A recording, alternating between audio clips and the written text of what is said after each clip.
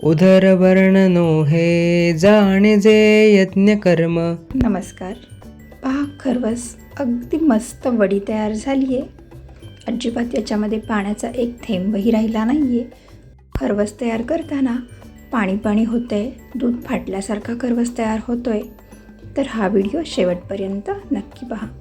याच्यासाठी मी अर्धा लिटर देशी गाईचं चिकाचं दूध घेतलं आहे. हे चिकाचं दूध एका भांड्यामध्ये काढून घ्यायचं आहे. गाईचं चिकाचं दूधही थोडं पातळच असतं. याच्यामध्ये आता मी फुल फॅट क्रीम म्हशीचं अर्धा लिटर दूध मिक्स करते आहे. आपण जे चीक दूध घेतो आहे ते जर पहिल्या दिवशीचं चीक दूध असेल तर त्याच्यामध्ये जेवढं आपण चिकाचं दूध घेतलं आहे तेवढंच फुल फॅट क्रीम दूध मिक्स करायचं आहे. अर्धा लिटरला अर्धा लिटर दूध मिक्स करते आहे. जर हे चीक दूध दुसऱ्या दिवशीचं असेल तर त्याच्यामध्ये जेवढं चीक दूध घेतलं आहे त्याच्या अर्ध्या प्रमाणात फुल फॅट दूध मिक्स करायचं आहे. आणि हे जर चीक दूध तिसऱ्या दिवसानंतरचं असेल तर त्याच्यामध्ये अगदी पाव वाटी किंवा अर्धी वाटीच दूध मिक्स करायचं आहे. आता याच्यामध्ये मी 1 वाटी साखर घातली आहे. गूळ घालूनही खरवस खूप छान तयार होतो. याची रेसिपी आपल्या चॅनलवर आधी मी अपलोड केली आहे, ती नक्की पहा. आता ही साखर विरघळून घ्यायची आहे आणि याच्यामध्ये मस्त छान चव वाढावी म्हणून अर्धा चमचा वेलची पावडर घालते आहे आणि थोडंसं जायफळ किसून घेते आहे. हे घातल्यामुळे याची चव आणखीन छान होते.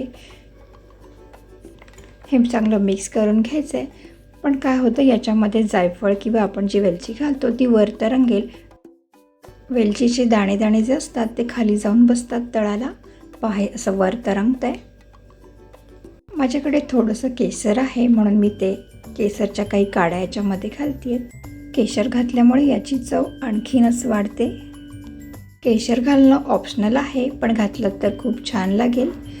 याच्यासाठी आता मी वाफ घेण्यासाठी पाणी उकळत ठेवलं आहे. एका भांड्यामध्ये पाणी घालून त्याला उकळी आली आहे आणि त्याच्यामध्ये आता हे भांडं ठेवते आहे. याच्यावर एक झाकण ठेवायचं आहे म्हणजे वाफेचं पाणी याच्यात चिकामध्ये पडायला नको आणि तो पातळ व्हायला नको. एक 20 मिनटं याला छान वाफ घेतली आहे. 20 मिनटानंतर काढून पाहायचं आहे. याचं आहे वाफेचं पाणी ताटलीत पडलं आहे. याच्यामध्ये सुरी बुडवून बघते आहे. सुरी जर आपली कोरडी आली, पहा याच्यावर दूध लागलं नाही म्हणजे आपला चीक तयार झाला आहे.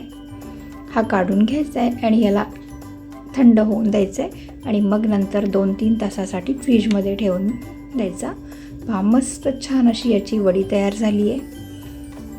कापूनही दाखवते आहे.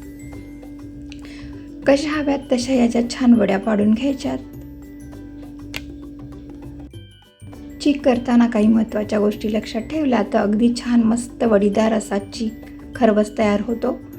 एक म्हणजे दूध पहिल्या दिवशीचं चीक दूध असेल तर त्याच्यामध्ये तेवढ्याच प्रमाणात दूध मिक्स करायचं आहे आणि जर दुसऱ्या दिवशीचा असेल तर त्याच्या अर्ध्या प्रमाणात दूध मिक्स करायचं आहे.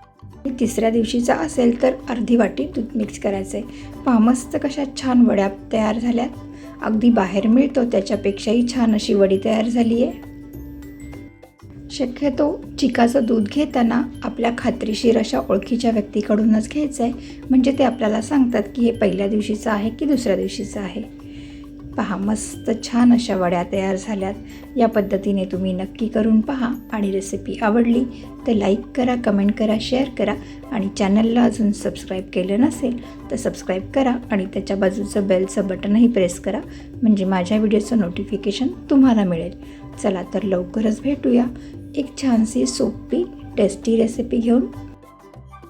राधे राधे. धन्यवाद.